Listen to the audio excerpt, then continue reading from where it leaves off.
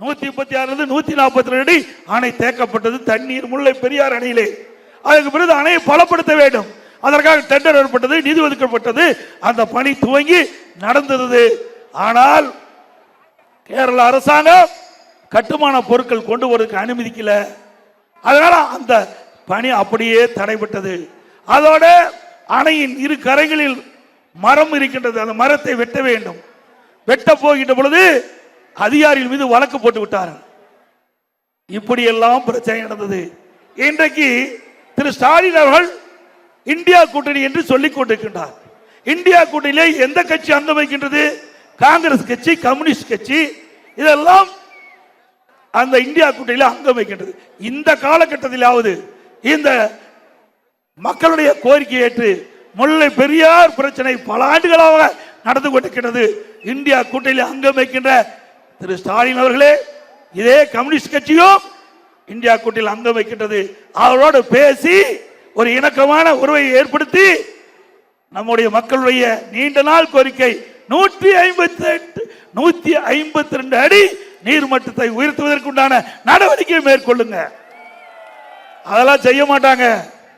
மக்களுக்கு எப்பொழுதுமே திரு கருணாநிதி குடும்பம் செஞ்சது சரித்திரம் கிடையாது. அவர்களுக்கு குடும்பத்துக்கு என்ன வேணுமோ அதை மட்டும்தான் செய்வார்கள்.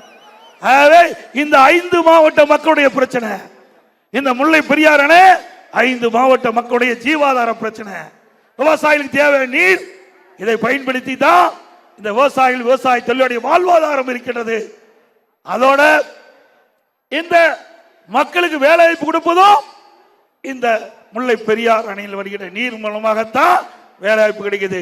இப்படி இந்த திட்டத்தையாவது இந்த அரசாங்கம் செயல்படுத்த வேண்டும் என்று நாங்கள் கோரிக்கை வைத்தோம். அதையும் இதுவரைக்கும் நிறைவேற்றவில்லை. இந்தியா கூட்டணி மூச்சுக்கு 300 தடவை பேசுகின்ற திரு ஸ்டாலின் அவர்களே, இங்கே இருக்கின்ற மக்கள் கோரிக்கை வைக்கின்றார்கள்.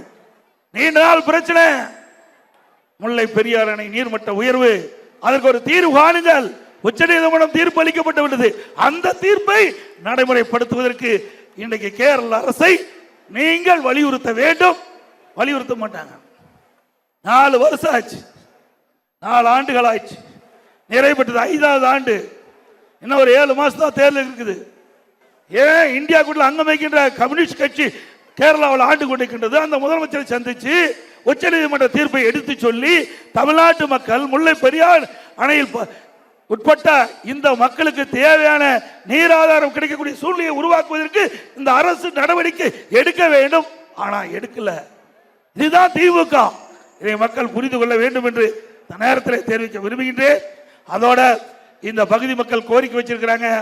இன்னைக்கு வைகை அணை தூர்வார வேண்டும் என்று அண்ணா திமுக ஆட்சிக்கு வந்த பிறகு வைகை அணை தூர்வாரப்படும், ஆழப்படுத்தப்படும், பெய்கின்ற நீர் முழுவதும் சேமித்து வைக்கப்படும்.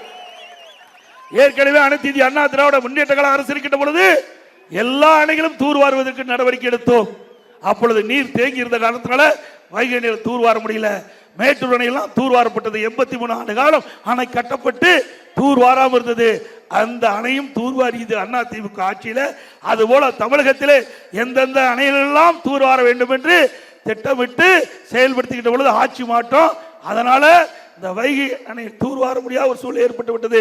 மீண்டும் உங்கள் துணையோடு அடுத்த ஆண்டு நடைபெற்ற சட்டமன்ற பொதுத் தேர்தலில் வெற்றி பெற்ற ஆட்சி அமைந்தவுடன் வைகை அணை தூர்வாரப்படும்.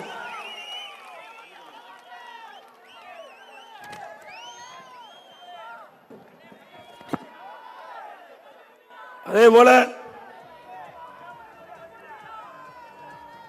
இன்றைக்கு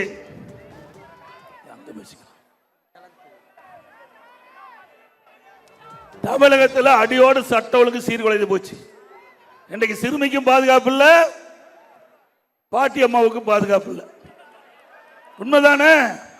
பத்திரிகையில் வர செய்தி எவ்வளவு கேவலமான அரசாங்கம் நடைபெற்றுக் கொண்டிருக்கிறது என்பதை நாம் எண்ணி பார்க்க வேண்டும். இன்றைக்கு திராவிட முன்னேற்ற கழக அரசு எப்பொழுதெல்லாம் தமிழகத்தில் ஆளுகிறதோ அப்பொழுதெல்லாம் சட்ட ஒழுங்கு சீர்கெட்டுத்தான் இருந்திருக்கிறது. இன்றைக்கு தமிழகத்திலே போதை நடமாட்டம் அதிகமாக இருக்கிறது. போதைப் பொருள் நடமாட்டம் அதிகரித்து விட்டது. எங்கே பார்த்தாலும் கஞ்சா விற்பனை, அது பல வடிவத்தில் வருது, சாக்லேட்ல வருது. அதை நம்முடைய மாணவர்கள், இளைஞர்கள், பொதுமக்கள் பயன்படுத்தி இன்றைக்கு போதைக்கு அடிமையாகி பல்வேறு குற்றச்செயலில் ஈடுபடுறாங்க. அதை தடுத்து நிறுத்த வேண்டும் என்று பல முறை கோரிக்கை வச்சோம். சட்டமன்றத்திலையும் கோரிக்கை வச்சோம், நம்முடைய தொலைக்காட்சியின் வாயிலாக கோரிக்கை வச்சோம், பத்திரிகையின் வாயிலாக கோரிக்கை வச்சோம். ஆனா இந்த அரசு கண்டுகொள்ளவில்லை. இன்றைய தினம் தமிழகத்திலே கிராமத்திலிருந்து நகரம் வரை போதைப் பொருள் விற்பனை அமோகமாக நடைபெற்றுக் கொண்டிருக்கிறது. இன்றைய முதலமைச்சர் தொலைக்காட்சியின் வாயிலாக அறிவுரை சொல்லுகின்றார் இளைஞர்களுக்கு. இளைஞர்களே, போதையின் பாதையில் செல்லாதீர்கள். இப்ப சொல்றார், இந்த ஆட்சி திராவிட முன்னேற்ற கழக ஆட்சிக்கு வந்தவுடன் ஒரே ஆண்டில் தமிழகத்தில் போதைப் பொருள் விற்பனை அதிகரித்து விட்டது என்று அப்பொழுதே நான் சட்டமன்றத்தில் பேசினேன், ஊடகத்தில் பேட்டி கொடுத்தேன், அறிக்கையா வெளியிட்டேன். ஆனா அப்பொழுது அந்த அரசாங்கம் கண்டுகொள்ளவில்லை. இப்பொழுது அந்த இளைஞர்கள், மாணவர்கள், பொதுமக்கள் போதைக்கு அடிமையாகி சீரழிந்து போயிட்டாங்க.